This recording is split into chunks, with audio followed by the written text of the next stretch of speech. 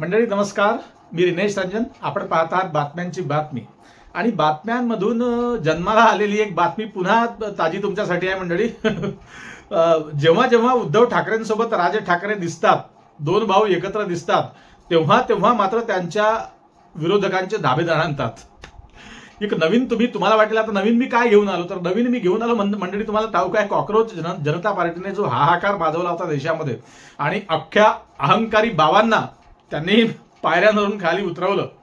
अभिजित दिपके आणि company Gen Z prostate Jantar मंतरचा दणका, त्या दणक्याच्याच निमित्ताने कॉक्रोच जनता पार्टीला समर्थन देण्यासाठी मुंबईला उद्धव ठाकरे आणि राज ठाकरे या दोन्ही भावांनी शिवाजी पार्कात एक आंदोलन करण्याचं ठरवलं होतं. अर्थात समर्थनार्थ होतं ते, परंतु मग तिकडे झालं उठ पहाड के नीचे आ गया. धर्मेंद्र प्रधान यांनी राजीनामा दिला आणि पुन्हा मग मजबुरीने आपल्या साहेबांना फ्रेंड्स म्हणावं लागलं. तुम्ही ते पाहिलं असेल व्हिडिओ बाबाजींचा. त्यानंतर काय झालं माहितीये का, मग विजयी सभा घ्यावी लागली यांना. मग ते त्यांचा संघर्ष यात्रा, ते काय पाठिंबा होता, आक्रोश मोर्चा होता, तो बदलून त्याचं बॅनर झालं मग विजयी यात्रा, विजयी सभा शिवाजी पार्कातली झाली.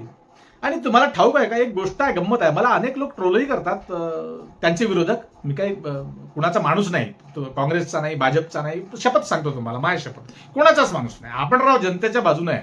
पण ज्या ज्या बातम्यांमधून बातम्या निघतात ना पिल्लासारख्या, त्याला मी जरा हेरत राहतो मंडळी, लक्षात घ्या. आता त्या दिवसपासून काय झालं माहितीये का, तुम्हाला ठाऊक आहे, वरळीच्या त्या डोममध्ये एकत्र आले होते मराठीच्या मुद्द्यासाठी दोन्ही भाऊ. त्या दिवशी तुम्ही पाहिलं ते गर्दी, ते मुंबईकरांचा तो आनंद, मुंबईकरांचा कशाला, अख्ख्या महाराष्ट्राचा आनंद.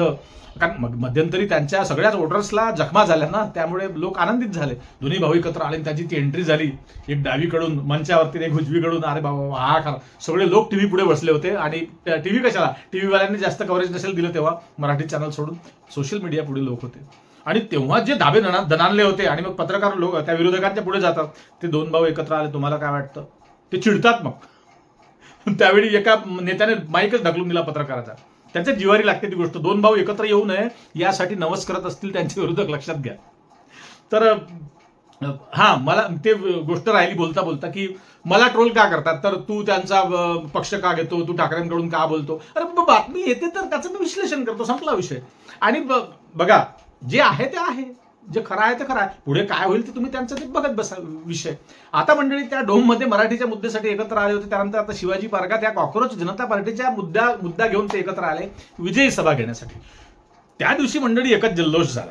आणि राज ठाकरेंनी त्याआधी पत्रकार परिषद घेतली होती. त्यामध्ये त्यांनी पत्रकारांना सांगून टाकलं होतं, म्हणजे त्या पत्रकार परिषदेत त्यांनी बोलून टाकलं होतं की दिल्लीच्या जंतर मंतर सारखं बाबू इथे जर नाटक केलं पोलिसांनी तर आमचे लोक बघतील त्यांना, असा इशारा दिला होता. आणि तुम्हाला ठाऊक आहे, बाळासाहेबांचा बराच सारा ठाकरी बाणा जो आहे, प्युअर ब्रांड, तो राज ठाकरेंमध्ये आहे, अख्खा महाराष्ट्र जाणतो. आपण ते बघतो नेहमी. त्यांचं काही बोललेलं असतं ना, लोक असो काही उद्धव ठाकरेंना किती घाबरतात, किती त्यांना वचकतात ते मला माहिती नाही. पण राज ठाकरेंच्या बोलण्याला, एखाद्या डायलॉगवरती जास्त बोलण्याची इच्छा होत नाही विरोधी पक्षाची, लक्षात घ्या. कारण त्यांच्याकडे कार्यक्रमच वेगळाच असतो राज ठाकरेंकडे. तर मग आता तुम्हाला नवीन बातमी काय सांगायची आहे, तर पुन्हा मंडळी धक्का बसला आहे दोन भाऊ एकत्र दिसले तर. जेव्हा जेव्हा हे दोन भाऊ एकत्र दिसतात, कारण तुम्हाला सांगू काय, यातलं मर्म काय आहे, यातली खरी गंमत काय आहे की राज ठाकरेंचा बाळासाहेब असतानापासूनच विषय महाराष्ट्राला माहिती आहे. राज ठाकरे काय चीज आहे, राज ठाकरे काय माणूस आहे, काय नेता आहे. त्यामुळे लोकांची दणाणते मंडळी.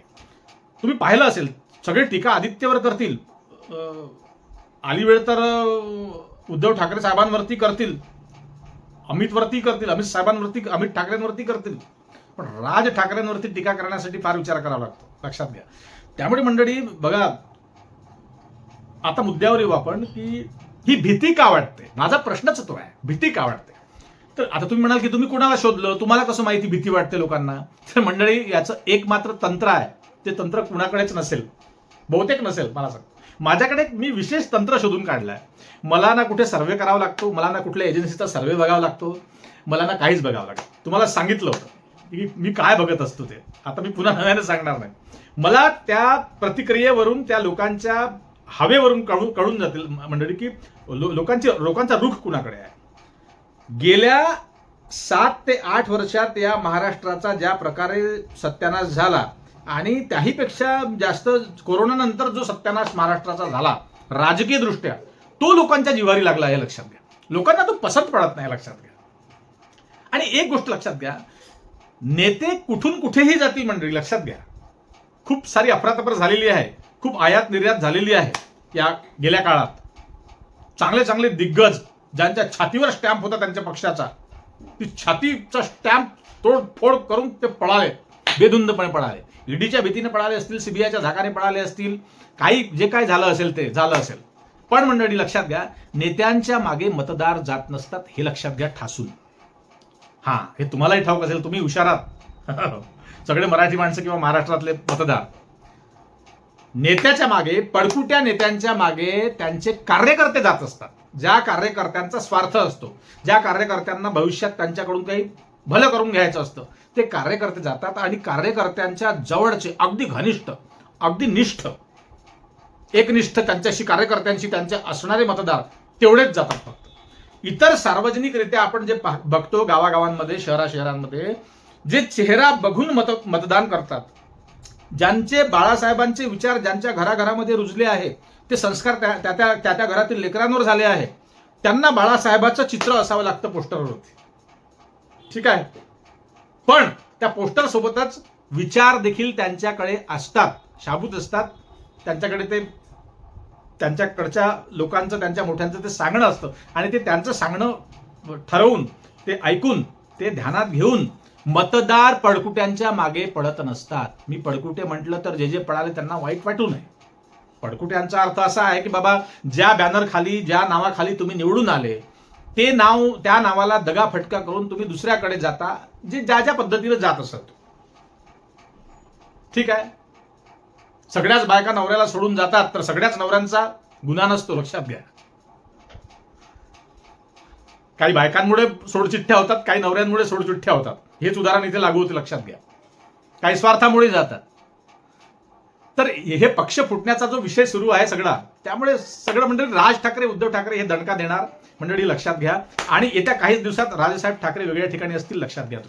तुम्ही हा व्हिडिओ शाबूत ठेवा तुम्ही, आणि मला नंतर तुम्ही कमेंट्समध्ये सांगाल. ट्रोल करणाऱ्यांना ट्रोल करू द्या, पण जेव्हा जेव्हा उद्धव ठाकरे, राज ठाकरे एकत्र येतात, तेव्हा तेव्हा विरोधकांची दणाणते. आणि महाराष्ट्रातला मतदार कुठेच पळाला नाही, तो ठाकरेंच्या मागे आहे, भरपूर प्रमाणात आहे. त्यामुळे तुम्ही एक गोष्ट लक्षात घ्या, मी जो हा व्हिडिओ केला अतिशय उत्स्फूर्तपणे केला. मला बघा, मी तुम्हाला वारंवार सांगतो, मी काही शिवसेनेचा मतदार नाही, मी कधीच शिवसेनेला मतदानही केलं नाही. पण मला जे दिसतं ना मंडळी, ते आता संयोगाने कोणी समर्थक असतील त्यांच्यापर्यंत हा व्हिडिओ गेला, त्यांना आनंद होईल अर्थातच. पण महाराष्ट्राची परिस्थिती काय होणार आहे बघा.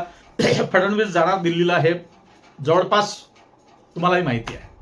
शिंदे साहेब मुख्यमंत्री पदाच्या जागेवरती जातील, होऊ शकतं मे बी. पण त्याच वेळी हे 6 खासदार जे आता हल्ली पळून गेले ठाकरे गटातून, अर्थात उद्धव ठाकरेंकडून शिंदे सेनेकडे, त्या 6 खासदारांमागे जेवढे मतदार असतील, ते मतदार त्यांच्या मागे गेलेले नाहीत, हे लक्षात घ्या. ज्यावेळी ह्या सभा, त्यानंतर हे पळून गेल्यानंतर ज्या सभा घेतल्या उद्धव ठाकरेंनी महाराष्ट्रभरात, त्या सभेतील गर्दी आणि त्या व्हिडिओज खालच्या कमेंट्स बघून, आणि इतरही लोकांशी आपण जेव्हा चर्चा करतो, जेव्हा विचार विनिमय करतो, तेव्हा हे कळतं की 6 खासदारांचे लाखो मतदार ते त्यांच्या मागे गेलेले नाहीत, ते ठाकरेंकडेच आहे, लक्षात घ्या. येणारा काळ हा राज ठाकरे, उद्धव ठाकरेंचा असेल, असा अंदाज मी तुम्हाला देतोय. नमस्कार.